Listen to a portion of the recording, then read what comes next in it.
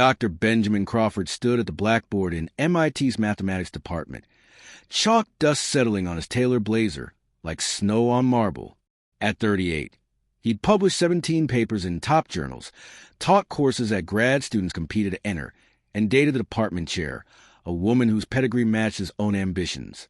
His office overlooked the Charles River, a view reserved for tenured professors who'd proven their worth through publications, grants, and a quiet accumulation of academic power.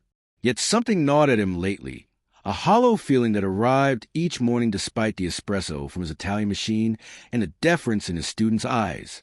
The janitorial staff came through after 9 p.m., invisible workers who emptied trash bins and mopped floors while professors worked late on equations that might reshape human understanding. Ben barely noticed them except when they interrupted his concentration, the squeak of a mop bucket or the soft whoosh of a vacuum cleaner breaking his focus on whatever proof currently eluded him. He'd made jokes about them to his graduate students. Harmless observations, he thought, about people who knew their place in the university's hierarchy. The grad students laughed, uncomfortable but afraid to challenge professor who controlled their academic futures with a single letter of recommendation. Grace Williams pushed her cleaning cart down the fourth-floor hallway every weeknight, her movements efficient and practiced after 2 years of janitorial work at the same institution where she'd once been promised a different future. She wore the standard uniform, navy blue pants, and a matching shirt with MIT facilities embroidered over the pocket, and kept her dark hair pulled back in a practical ponytail that revealed silver streaks she'd earned at 35. Her hands, which had once filled blackboards with elegant proofs that made senior professors pause in admiration, now gripped mop handles and spray bottles with the same careful precision. She cleaned Professor Crawford's office last each night, after he'd gone home to his Cambridge brownstone, and sometimes she allowed herself to look at the equations covering his whiteboard before erasing them with careful, deliberate strokes. Hello, my friends. Before we continue our story, leave your like, share the story, and subscribe to the channel. Thank you. The department meeting ran late on a Tuesday afternoon, flooding the fourth-floor conference room with tenured faculty debating budget allocations and teaching loads. Ben sat near the head of the table, next to Dr. Patricia Summers, whose blonde hair and designer suit commanded the room's attention more effectively than the quarterly reports she discussed. Patricia had been department chair for 3 years, her management style combining political savvy with ruthless efficiency that kept MIT's mathematics program ranked among the top 3 globally. She touched Ben's hand under the table during a particularly tedious budget discussion, a gesture of intimacy that reminded everyone present of their relationship's professional implications. The Goldbach Conjecture Grant, Patricia announced, sliding a folder across the polisher toward Ben, has been approved for preliminary funding. $1 million if you can show proof of concept by December. The room erupted in polite applause while Ben accepted congratulations from colleagues who competed for the same funding and lost. The Goldbach conjecture had frustrated mathematicians for centuries. Every even integer greater than 2 could be expressed as the sum of 2 prime numbers, yet nobody had proven why this pattern held universally. Solving it would guarantee international recognition, possibly a Fields Medal, and certainly the kind of academic immortality that justified every sacrifice Ben had made for his career. Grace entered the conference room at 6:15, her cart rattling softly as she began emptying trash bins while professors gathered their papers. Ben glanced up, irritated by the interruption, then turned to his graduate student Marcus and said loudly enough for Grace to hear, "At least someone here knows their limits." Marcus's laugh came too quickly, nervous and performative, while other faculty members shifted uncomfortably or pretended not to notice. Grace's hands didn't pause in their work, didn't betray any reaction to the comment that hung in the air like cigarette smoke. She'd heard worse during her 2 years as janitor, much worse, and had learned that invisibility was a kind of armor against men who measure worth in publications and grant money. Patricia smiled at Ben's joke, her manicured hand squeezing his shoulder in approval as they left the conference room together. "You're terrible," she murmured, but her tone suggested admiration rather than reproach, the kind of compliment that reinforced a sense of superior position in the university's social hierarchy. They walked past Grace without acknowledgement, discussing dinner plans at a French restaurant in Harvard Square where entrees cost more than Grace earned in a day.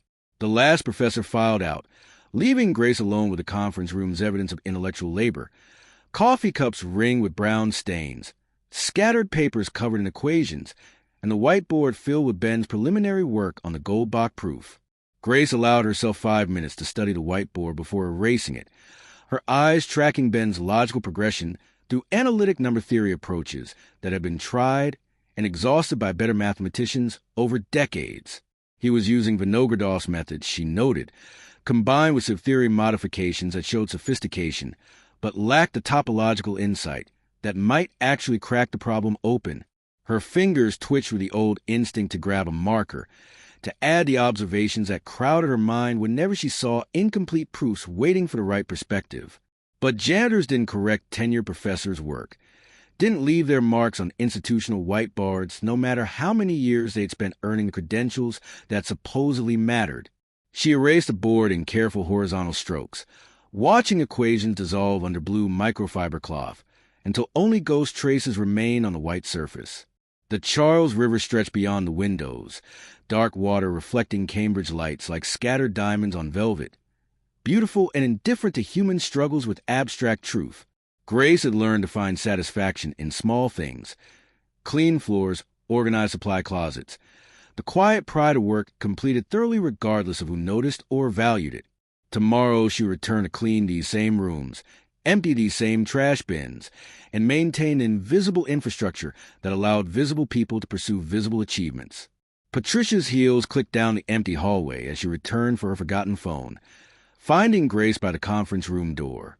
"You missed a spot," Patricia said, pointing to a coffee stain on the carpet near the head of the table, her voice carrying the casual authority of someone accustomed to directing lesser beings.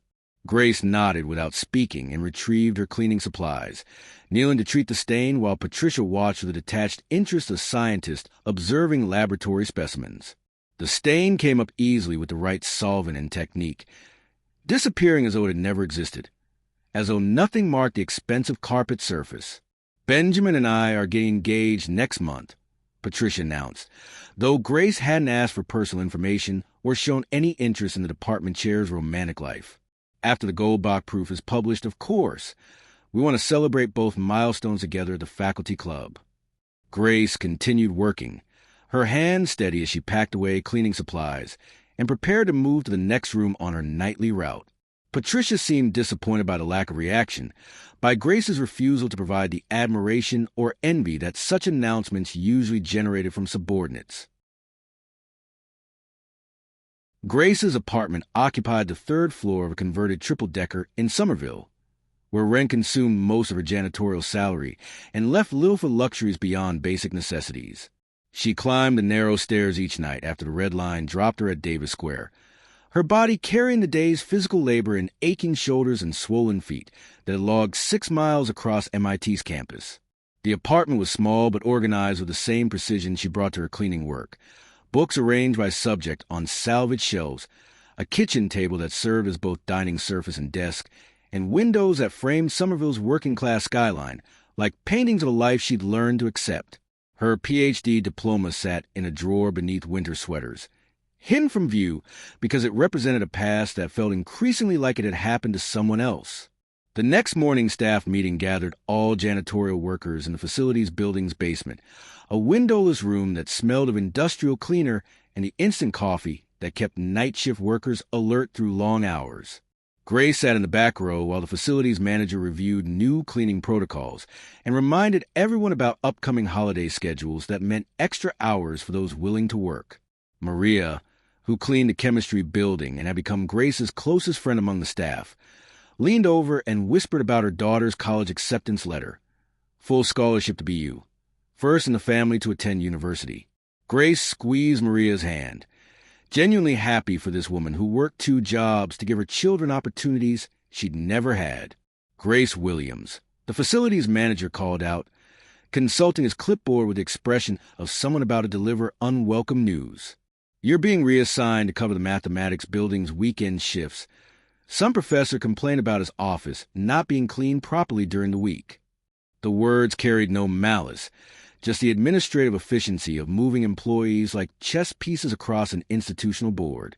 Grace nodded acceptance, understanding without being told that some professor meant Ben Crawford, and not being cleaned properly was code for his discomfort with her presence in his academic territory.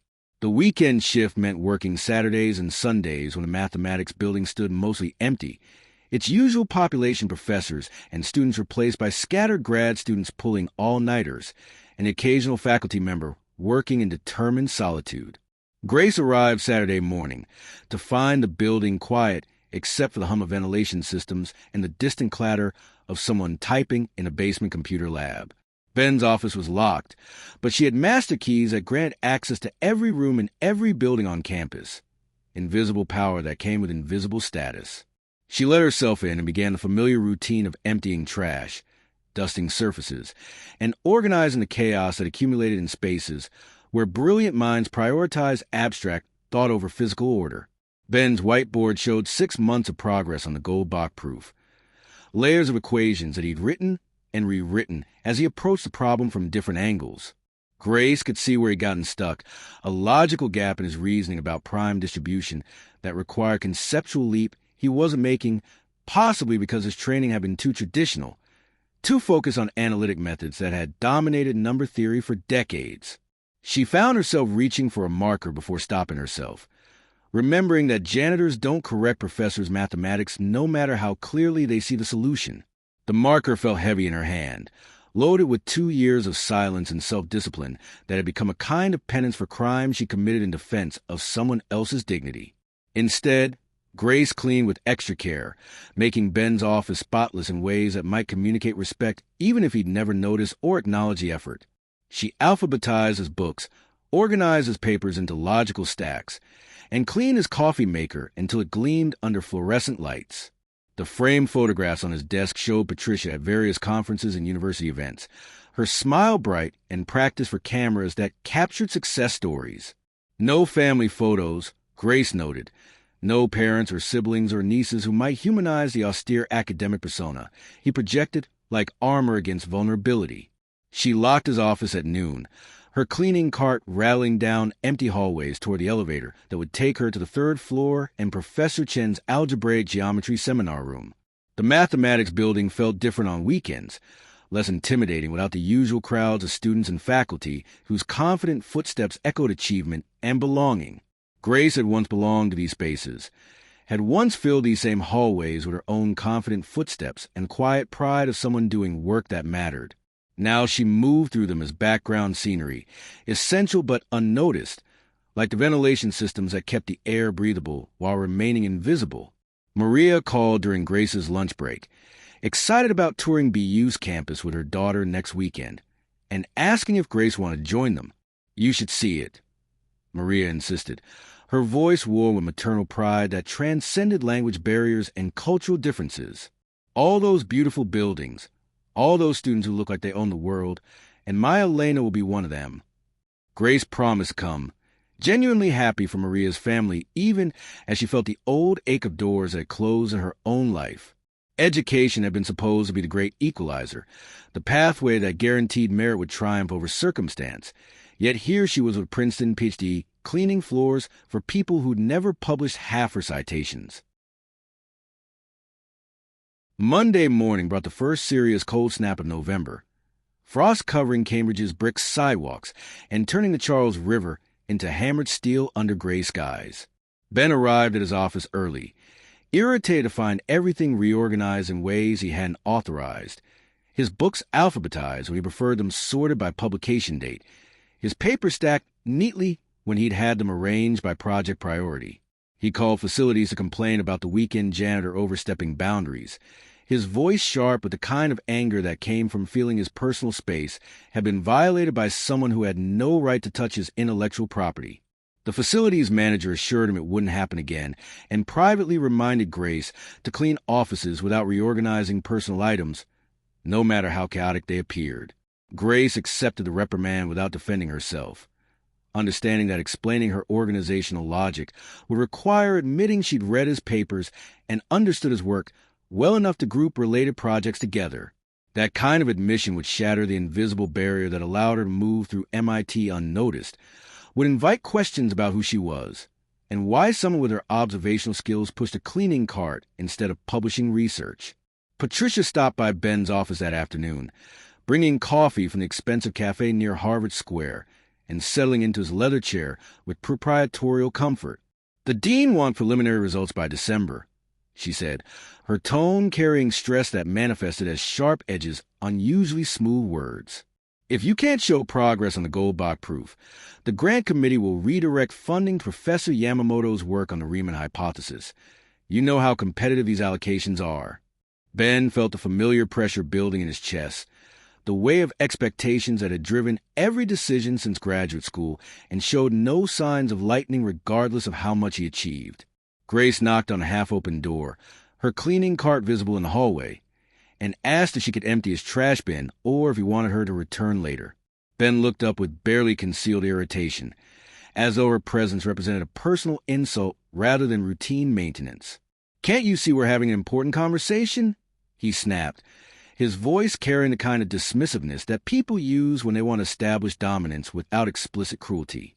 "Some of us are trying to solve problems that actually matter, not just clean up other people's messes." Grace nodded and backed out the doorway, her cart rattling as she moved to the next office on her route.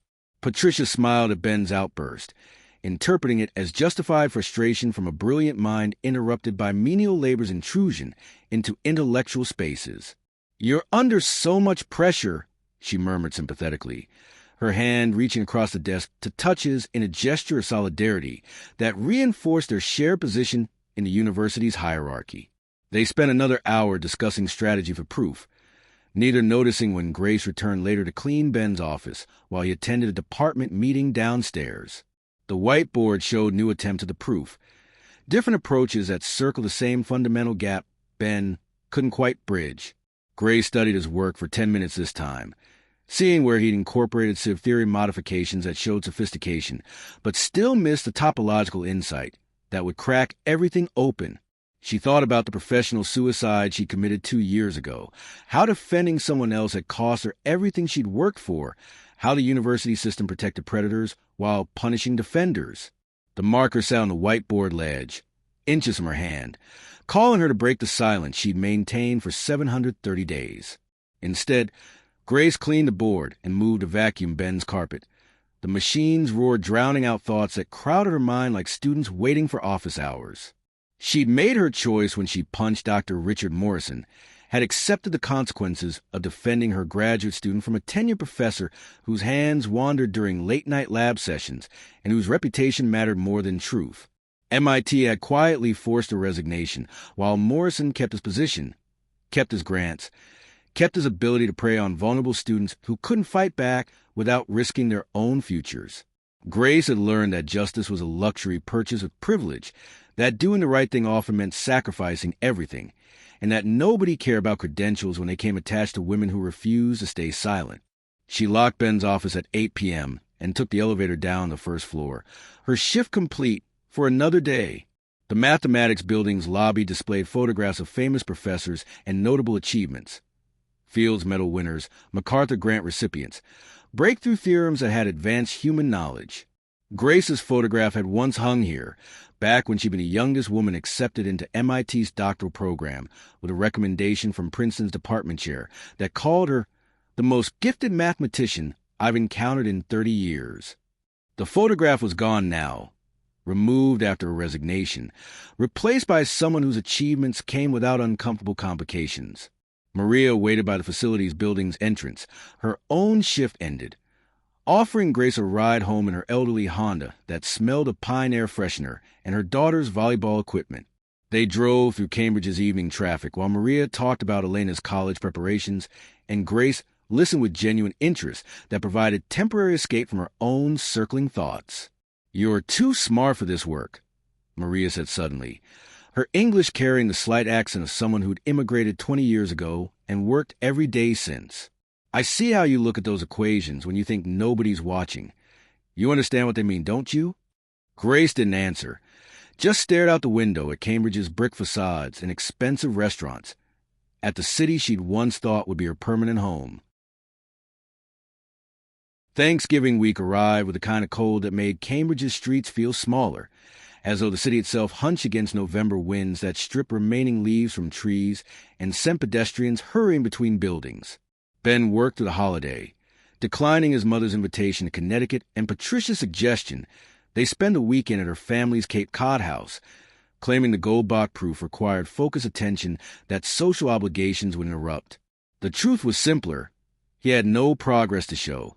6 months of work that had produced nothing but dead ends and mounting anxiety about December's rapidly approaching deadline. The mathematics building stood nearly empty on Thanksgiving evening, most faculty and students scattered to families or vacation destinations, leaving Ben alone with his whiteboard and the proof that continued to elude him despite every technique he'd learned across 15 years of graduate school and postdoctoral research. He worked until midnight, filling the board with equations that led nowhere, erasing them in frustration, and starting over with approaches that felt increasingly desperate. The $1 million grant that had seemed like validation of his brilliance now felt like a noose tightening around a professional future, promising humiliation if he couldn't deliver results that justified the university's investment. Grace worked a holiday shift for double pay, cleaning buildings that felt different without their usual inhabitants. Quieter, more honest somehow, stripped the performance that normally filled academic spaces with carefully managed impressions. She reached Ben's office at 10 p.m., surprised to find light under his door and voices coming from inside. Ben and Patricia, their conversation carrying the sharp edges of an argument that hadn't quite escalated to shouting. Grace knocked softly, ready to return later, but Patricia yanked open the door with expression that suggested Grace's interruption was a final insult in an already terrible evening. "Do you have any concept of boundaries?" Patricia demanded, her usual polish cracked by stress that showed in dark circles under professionally applied makeup. "Some people are working on things that actually matter. You might try respecting it instead of constantly interrupting with your cart rattling and your vacuum cleaner noise." Ben looked uncomfortable but said nothing, his silence functioning as agreement with Patricia's assessment that Grace's work was fundamentally less important than theirs.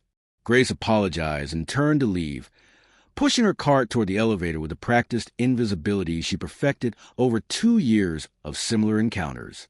Ben stared at the whiteboard after Grace left, his eyes tracking the proof's incomplete logic, while Patricia continued venting about departmental politics and grant pressures that kept her awake nights.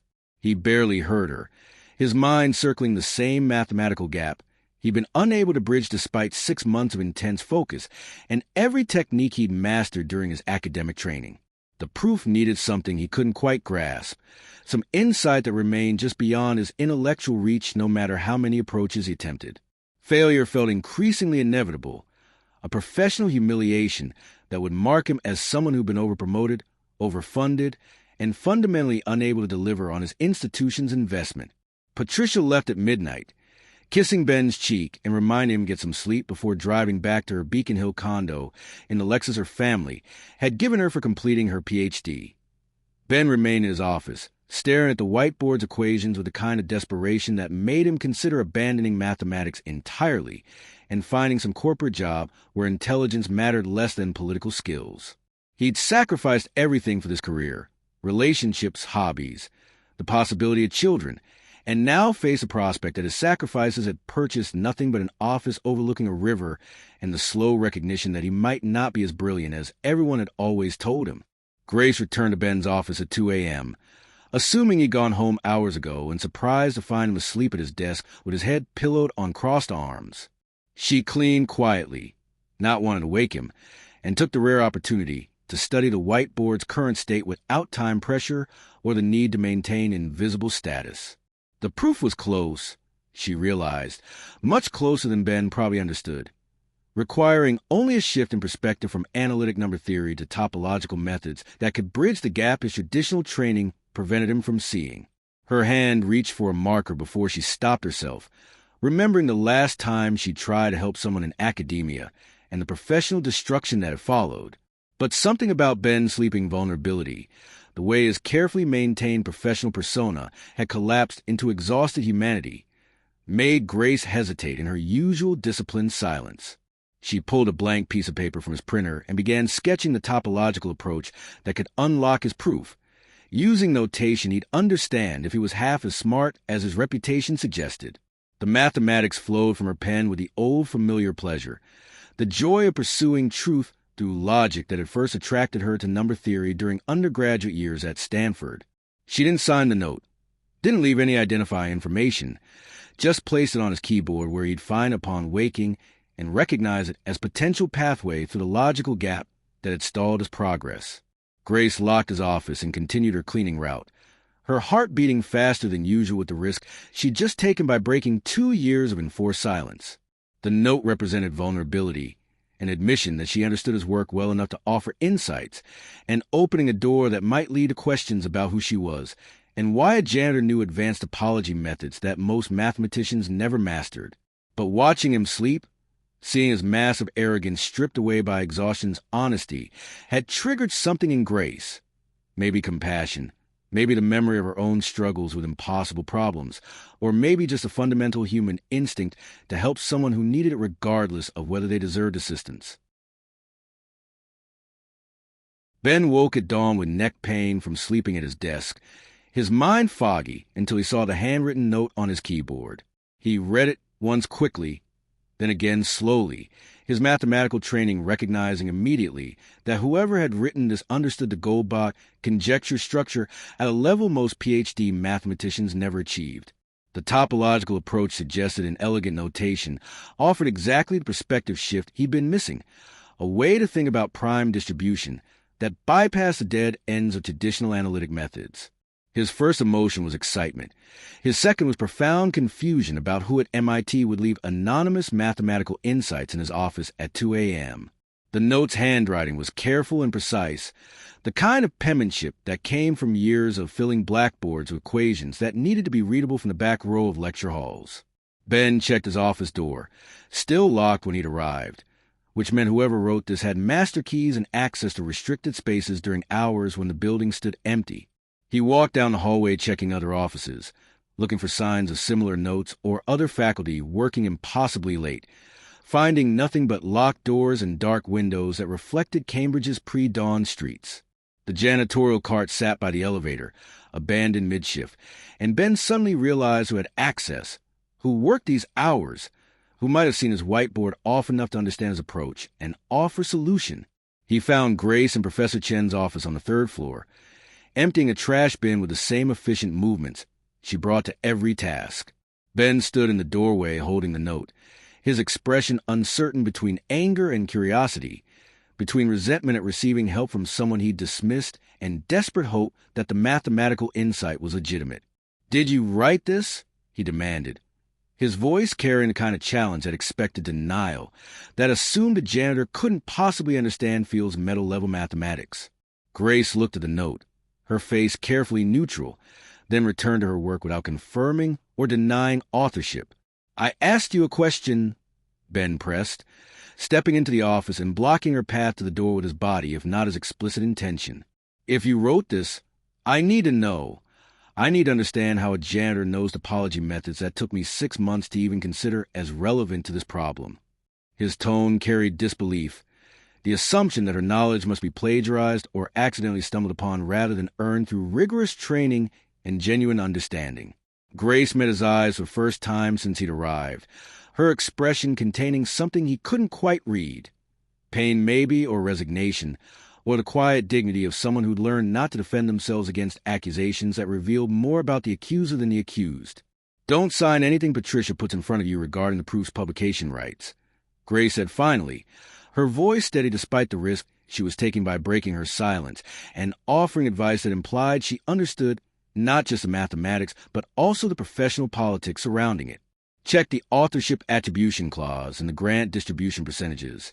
She's restructuring the agreement to give herself equity in your work without contributing to the actual proof." The warning came from nowhere Ben could trace to her obvious credentials, yet carried a ring of truth from someone who'd navigated academic politics and seen where power concentrated, and who got sacrificed when institutional interests conflicted with individual rights. Ben stared at Grace, his mind struggling to reconcile the person in front of him, cleaning uniform, janitorial cart, humble position, with the mathematical sophistication in the note and the professional insight in her warning. "Who are you?" he asked, the question carrying genuine confusion rather than rhetorical challenge, as though he was finally seeing her as an actual person rather than background scenery that maintained his workspace. Grace picked up her cleaning supplies and pushed her cart toward the door, not running exactly, but clearly ending the conversation before it could spiral into territories that required her to reveal truths she'd been hiding for 730 days. Someone who used to love mathematics before I learned that being right matters less than being powerful. Grace said over her shoulder, disappearing into the hallway, and leaving Ben standing alone in Professor Chen's office with a note that represented either legitimate genius or elaborate fraud. He returned to his office and spent the morning working through the topological approach Grace had suggested, finding at each step that her logic held, that the mathematical insight was not only legitimate, but potentially revolutionary in its implications for how number theorists approach prime distribution problems. By noon, he'd sketched the complete proof structure, seeing clearly how Grace's perspective shift unlocked everything he'd been missing for 6 months of frustrated labor. Patricia arrived at 1 p.m. with lunch from the expensive cafe and a contract for Ben to sign regarding the proof's publication and the grant money's distribution. Ben read the document carefully this time, noticing clauses he'd have signed without question yesterday.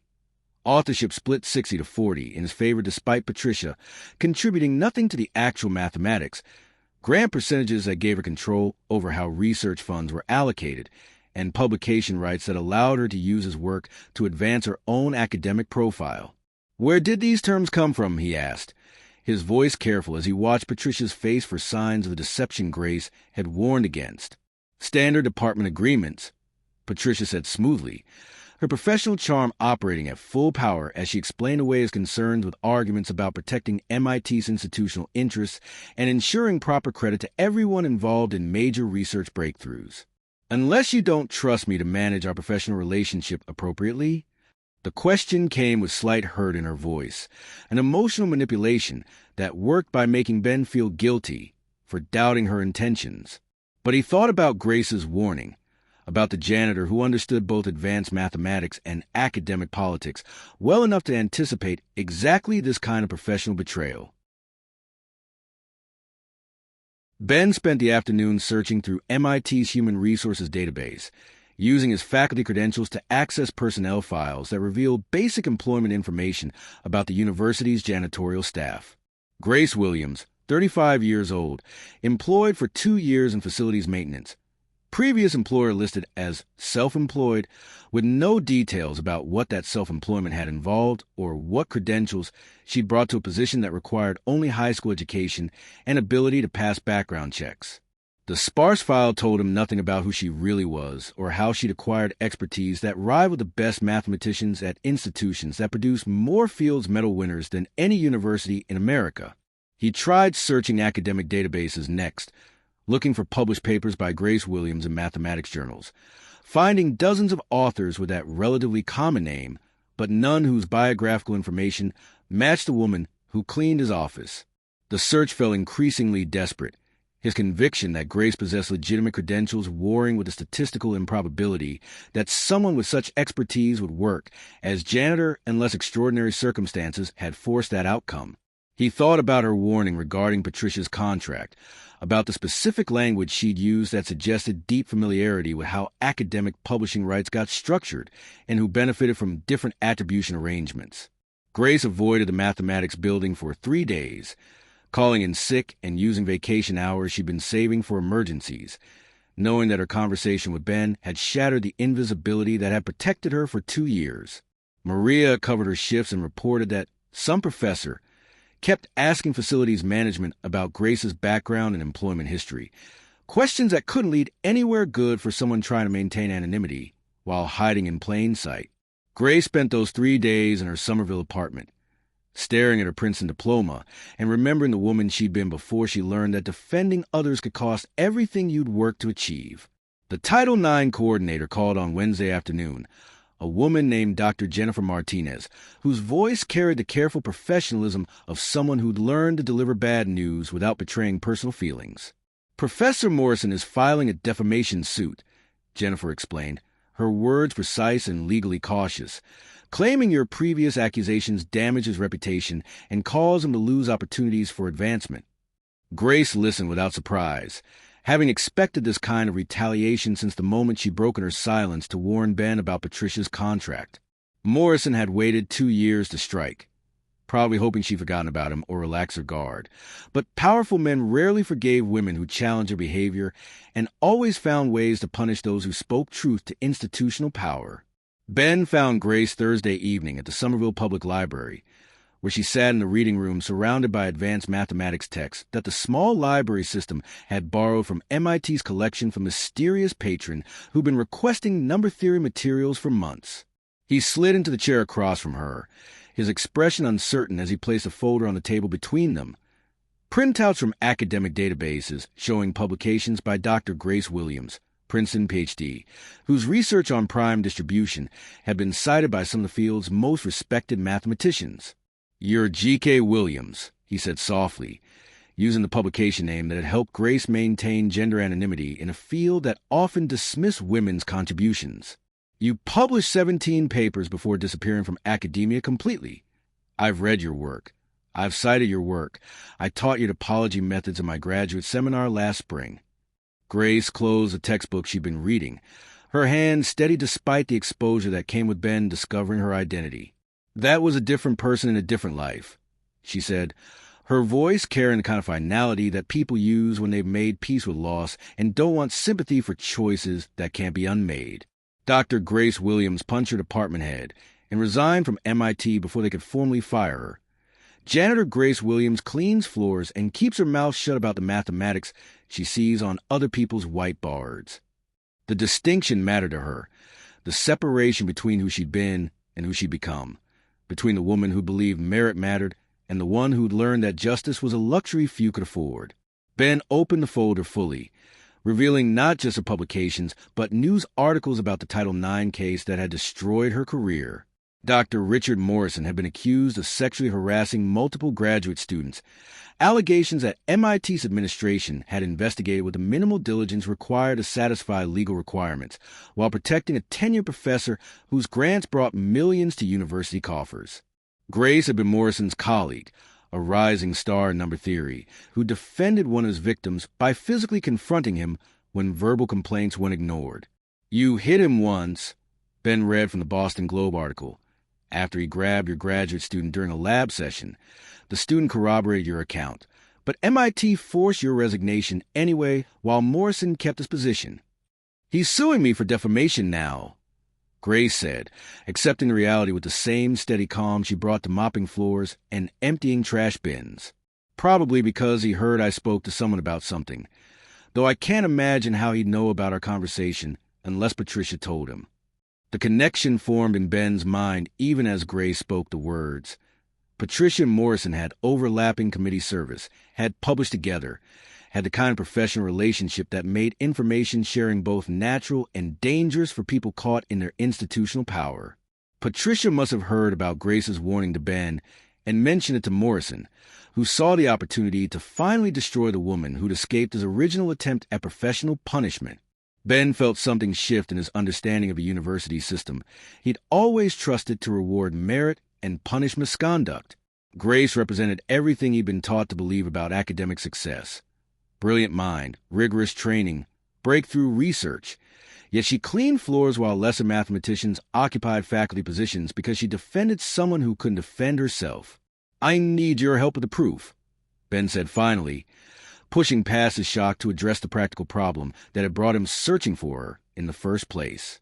"The topological approach you suggested works perfectly, but I need your expertise to complete the full demonstration. It's your insight that makes this proof possible, which means you deserve to be listed as co-author regardless of your current employment status."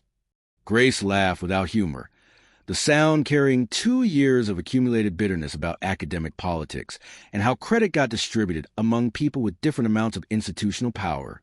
Co-authorship with someone who has no faculty position, no research affiliation, and a history of violence against her former colleagues? She asked, her tone making clear how such attribution would be received by journals and grant committees who value credentials over contributions. That would destroy the proof's credibility and your reputation along with it. Better let you take sole credit and use my methods without attribution, like everyone else who's built their career on mathematical insights they couldn't have developed without standing on invisible shoulders. Patricia discovered Ben's collaboration with Grace through the simplest kind of surveillance. She stopped by his office unannounced one Saturday and found them working together at his whiteboard, their conversation animated with the kind of intellectual excitement that comes from pursuing truth alongside someone who understands both the problem's complexity and the solution's elegant simplicity. Patricia's face went through several expressions in rapid succession: confusion, understanding, and finally rage that manifested as cold calculation about how to protect her own interests. "What is SHE doing here?" Patricia demanded, her voice sharp enough to cut through Ben and Grace's mathematical discussion. Ben explained about Grace's PhD, about her published research that he'd been citing for years, without realizing the janitor cleaning his office was the brilliant mathematician whose topology methods had shaped his own thinking.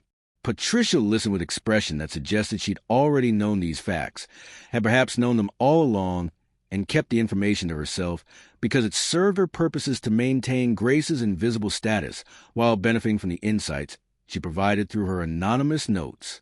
"She's a violent criminal who was fired from this institution," Patricia said, her tone carrying the kind of certainty that comes from controlling official narratives. "Whatever help she's giving you is poisoned by her history. If you acknowledge her contribution, the entire proof becomes tainted by association with someone who attacked a colleague."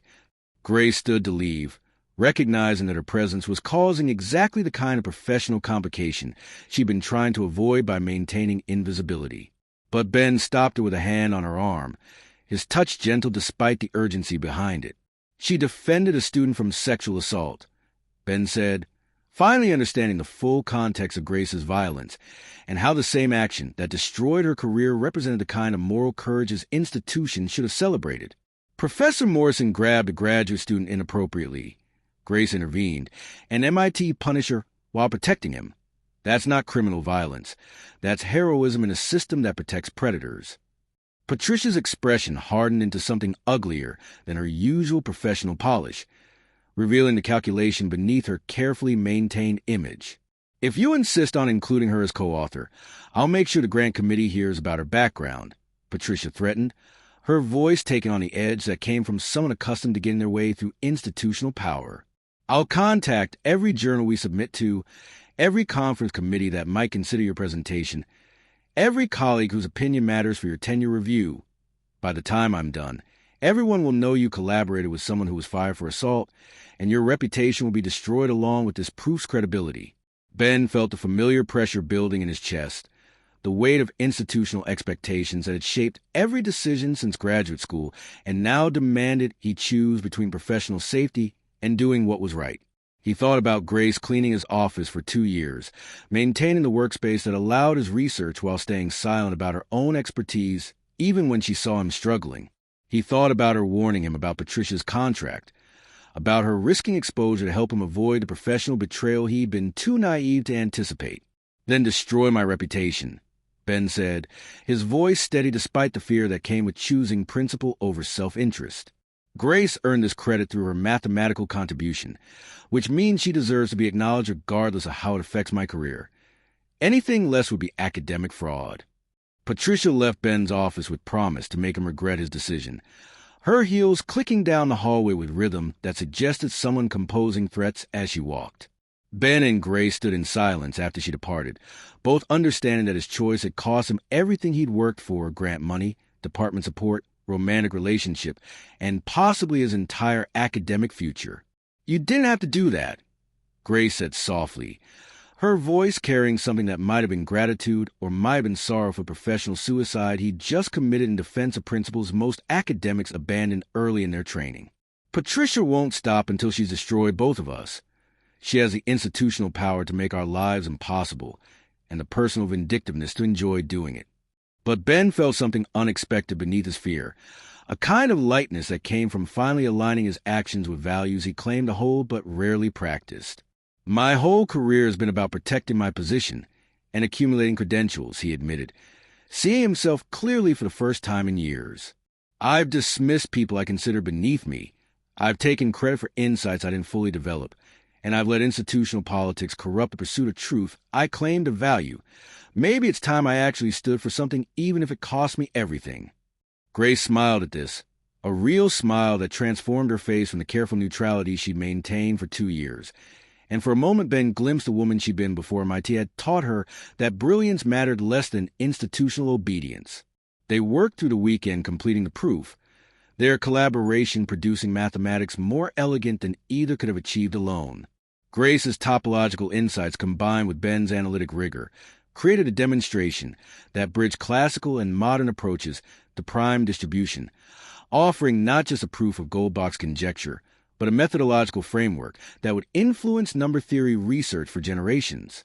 By Sunday night, they had a complete manuscript ready for submission to Annals of Mathematics, the field's most prestigious journal, with co-authorship clearly attributed to Dr. Grace Williams despite her current employment status and controversial history. Patricia called an emergency department meeting Monday morning, gathering every faculty member to discuss what she framed as serious ethical violations by Professor Crawford. She presented her version of events with the skill that had made her a successful academic administrator. Ben had collaborated with a former employee fired for violence, had hidden this collaboration from university administration, and planned to publish work that would embarrass MIT by associating the institution with someone whose conduct had violated their professional standards. "We must protect the department's reputation," Patricia concluded, her voice carrying the moral certainty that comes from believing institutional interests justify any individual sacrifice.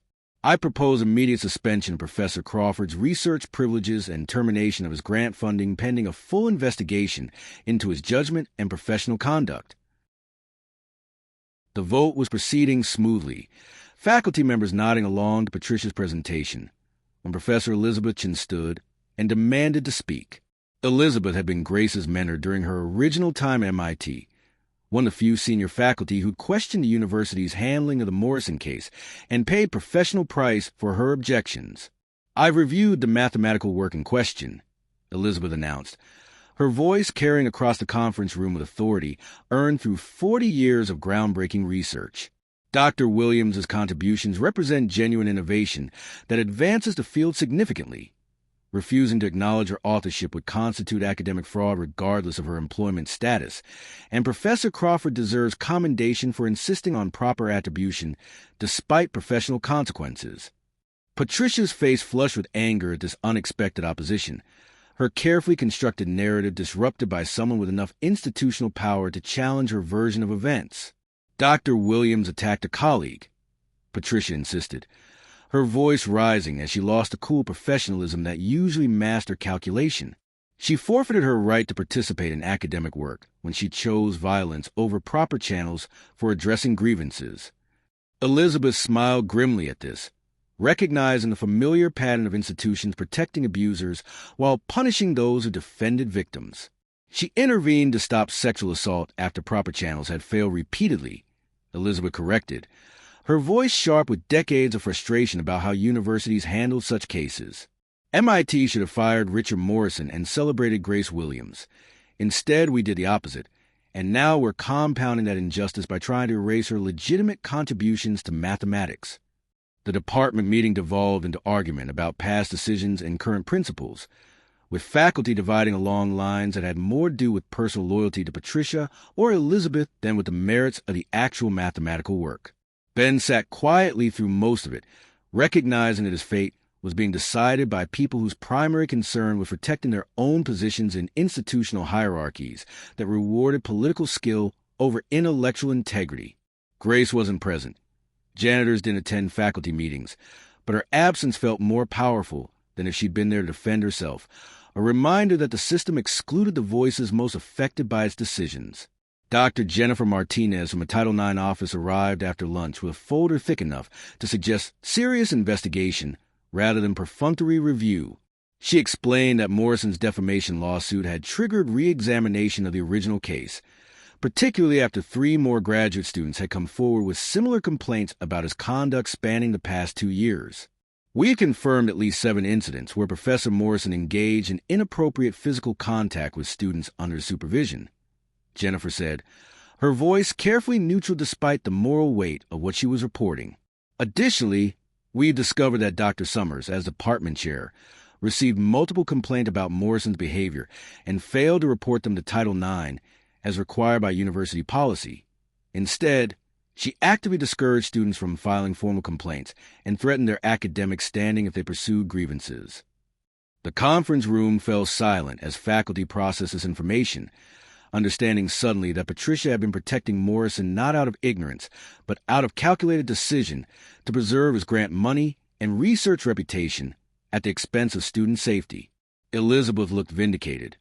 Her previous objections to the Morrison case now revealed as accurate assessment rather than unfair criticism. Patricia's face went pale as she recognized that her career was ending in real time, destroyed by the same institutional processes she manipulated to punish Grace 2 years earlier. These findings constitute serious violations of Title IX requirements and MIT's ethical standards, Jennifer continued, her tone making clear this was formal notice rather than preliminary discussion. Dr. Summers is suspended immediately pending termination proceedings, and Professor Morrison's tenure is under review with strong likelihood of revocation. Ben watched Patricia gather her belongings with shaking hands, her professional polish finally cracking completely under the weight of exposure and consequences she'd never imagined facing.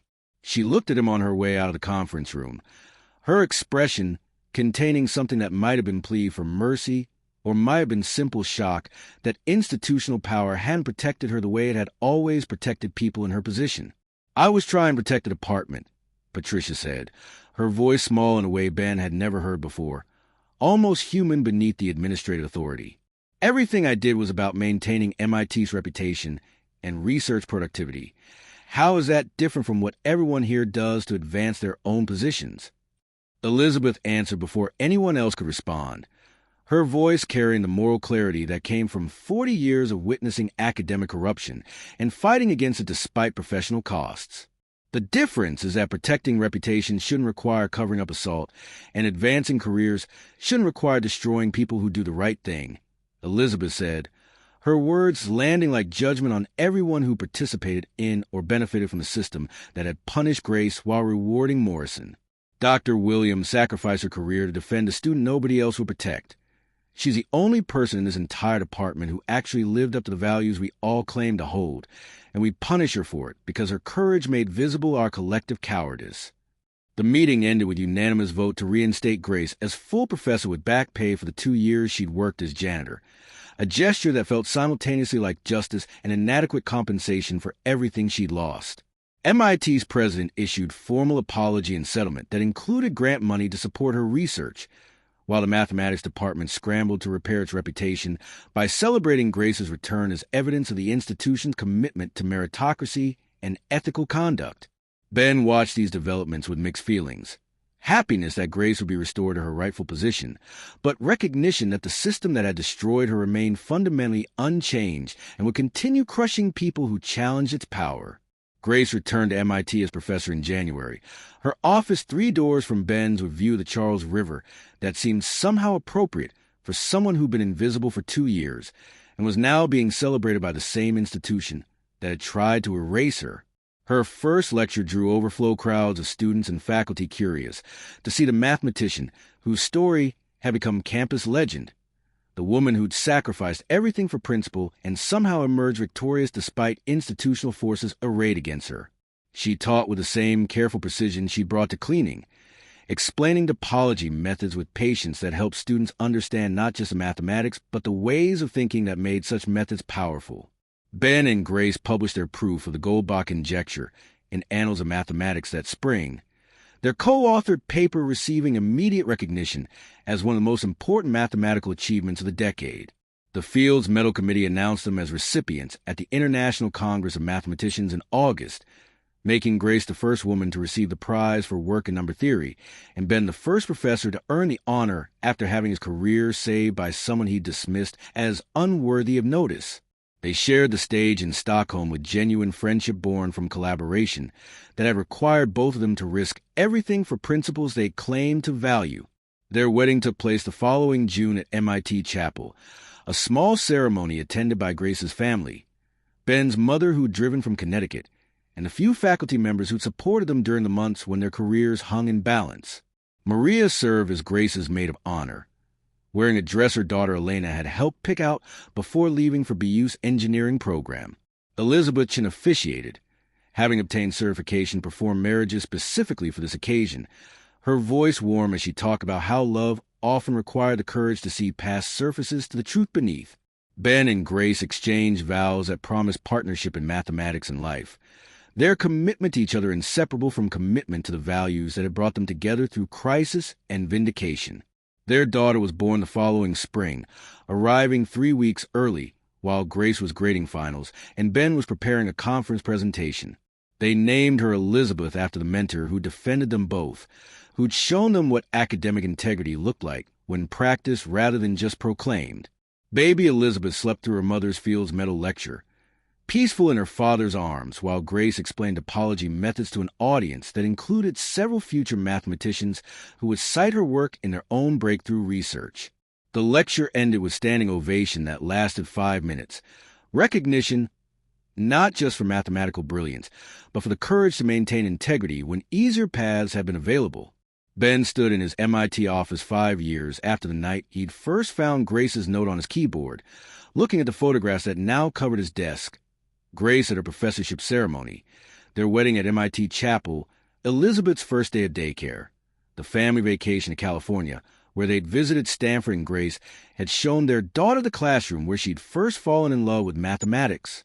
The hollow feeling that had haunted him during his years with Patricia was gone, replaced by the satisfaction that came from work that mattered and relationships built on honesty rather than institutional positioning. He'd lost a $1 million grant, lost a department chair girlfriend, lost a comfortable arrogance that had made him feel superior to people in humble positions, and gained something infinitely more valuable in the process, a life aligned with values he could actually defend, partnership with someone whose brilliance challenged his own, and the daily reminder that merit often hides in places power refuses to see.